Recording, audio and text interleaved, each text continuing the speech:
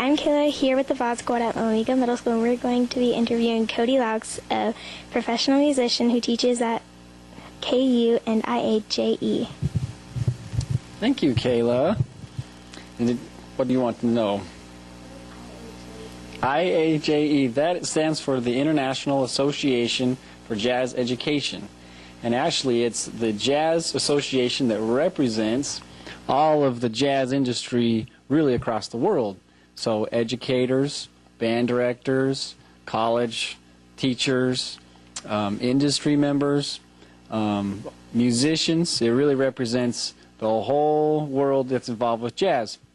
We have about 10,000 members worldwide, and I was hired in June of this year to run their education programs. So we have a lot of different kind of activities that are geared towards students, assembling groups for them to play in and various other things, and my job is to oversee that process and make sure everything keeps going. At what age did you first take an interest in music? Well, there's a picture of me that my parents have when I think I was about 3 years old playing the drums in my diapers, so pretty young. Who first inspired you to be a musician? I would say my dad, who was a drummer as well, and one day he always had drums at the house, although they weren't always set up. And one day I asked him, it was during the Indy 500, if he would set up the drums for me, and he did. My older brother hated that because he wanted to watch the Indy 500. So, but all afternoon my dad taught me how to play a few things on the drums, and I never looked back.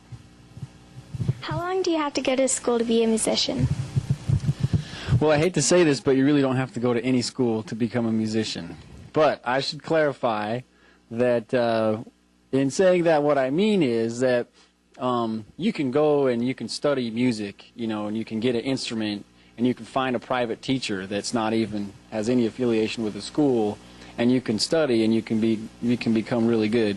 The benefit, though, of being able to be involved in music in school is that all the good musicians and everybody and everything that you need in order to be successful is kind of given to you. And so you're put in sort of a cocoon where you can really study. And whereas if you're trying to do it on your own without school, then you're kind of left to fend for yourself. It's much more difficult. And nowadays, a lot of the really great musicians have master's degrees, and a lot more are getting doctoral degrees to enable them to teach college, but also to further their studies as a musician. And aside from that, everybody who's serious about being a musician, in my opinion, really ought to study up on math, English, because especially the way the music world is right now, you're trying to book your own gigs, you're trying to sell yourself. So I think that it's really important for musicians to pay really close attention in English class, for example, so that they can write a good email. Also to take some business courses so they know how to market themselves, balance their checkbook, and try to avoid spending more than what they earn. What subjects in school are the most important to become a successful musician? I find that underwater basket weaving is a really... No, I'm just kidding.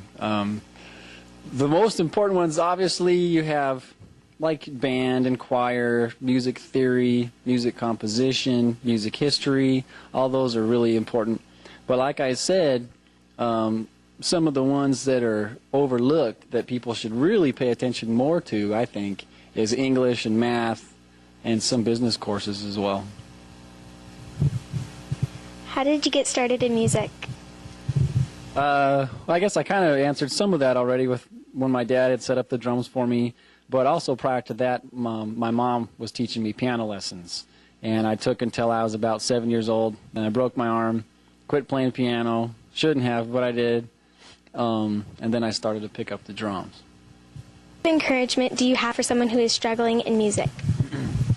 I would say that for anybody who's struggling in music or anything, you know, sports, music, arts, anything like that, is that in order to achieve anything of real value and beauty in this life, it has to be difficult just by its nature.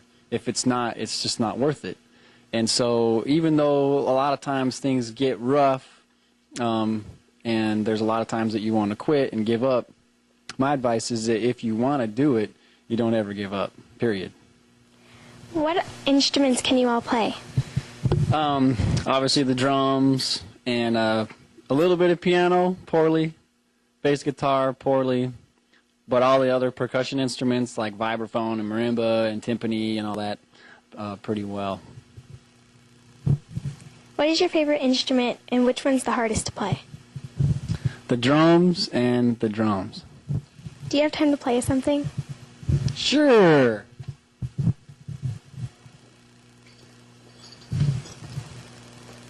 How about this fit? I'll play on this thing.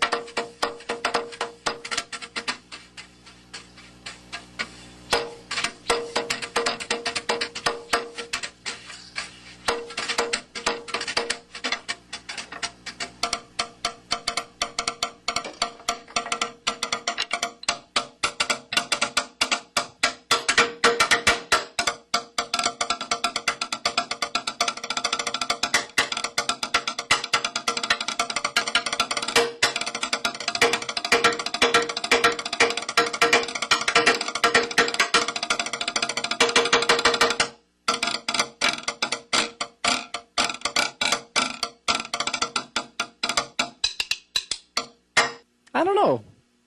Certainly my goal isn't to become famous. I know that the way that music is these days, most musicians, or our perception of musicians, is the popular musician like Avril Lavigne or Britney Spears or Justin Timberlake, right? And they're all popular because, and that's who we equate as being a good musician. However, there's a lot of really great musicians out there, thousands that you'll never hear of, and I will never hear of, that are way better than a lot of the popular crowd. In fact, a teacher of mine that I just studied with not long ago in Colorado was a very well-known and well-used drummer in Nashville, and recorded several recordings. And he explained to me how the way they select or try to identify a really good musician to sell a lot of recordings, a popular musician, is really backwards. For example, some producers will see a man or a woman who is extremely attractive, and then they will get a hold of this person, and they will ask themselves then, how can we make this person into a musician? So it's looks first and sound later. Whereas in the early days of music, when you're listening to Ella Fitzgerald or Billie Holiday or some of those great singers, I hate to say it, but they're not much to look at, but they sound fantastic. So I would encourage anybody who is considering music, or anybody who loves music or is thinking about music, to look beyond what is quote-unquote popular in the in music world, and see what you really like and see what really resonates with you, as opposed to just what is kind of being fed to you and told you that you like. Thank Cody Laux for coming in here and letting us interview him. Thank you. Thank you.